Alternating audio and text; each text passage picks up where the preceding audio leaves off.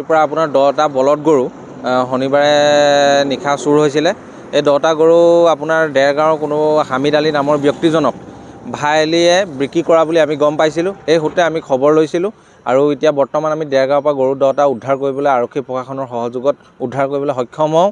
আৰু এই হামিদ আলী আৰু ভাই আলী নেতৃত্বত এনেকুৱা চোৰাং গৰু আমাৰ শিৱসাগৰ দিচাংমুখ অঞ্চলৰ পৰা প্ৰত্যেক দিনাখনৰ এটা সৰবৰাহ কৰি আহিছে। এই আপোনাৰ চক্ৰটোৰ মূল অভিযুক্ত হিচাপে ভাই আলী আৰু হামিদ আলীক আৰক্ষী প্ৰশাসনক আমি আপোনাৰ জব্দ কৰিবৰ কাৰণে অনুৰোধ জনাইছোঁ, গ্ৰেপ্তাৰ কৰিবৰ কাৰণে। দেৰগাঁও আপোনাৰ কোনোবা ভিতৰুৱা বাঁহগড় বুলি কয় অঞ্চল এটাত আমি গৰুকেইটা পাওঁ। এই বাঁহগড় অঞ্চলত তেখেতলোকে দেৰগাঁৱৰ পৰা ডিমাপুৰত বিক্ৰী কৰিছিলে গৰুকেইটা।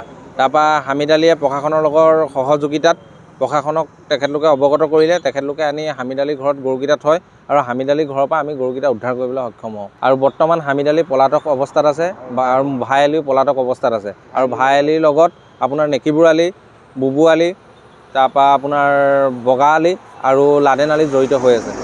আমি আপোনালোকৰ মাধ্যমৰ জৰিয়তে এইটো আৰক্ষী প্ৰশাসনক অৱগত কৰিছোঁ যে অতি শীঘ্ৰে এই দোষী উচিত শাস্তি পাই যেন।